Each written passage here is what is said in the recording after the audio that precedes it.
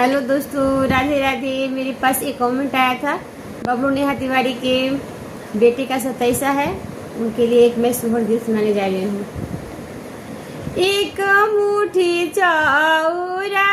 चुरावनी त फकाहु न पवनी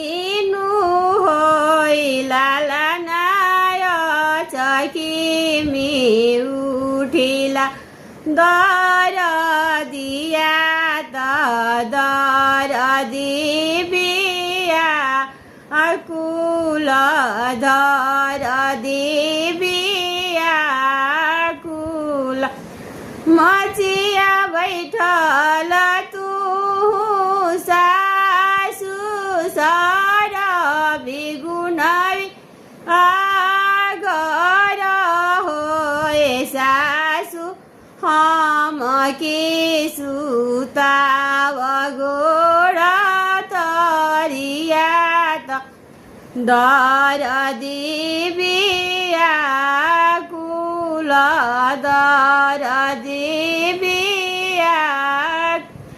अतन बचन सासु सुनेली बहु सियर करे हो ए बहुआ मोरे लगे सुते तोहर ससुर जगइयो ना जा अगिले जगवलो ना जा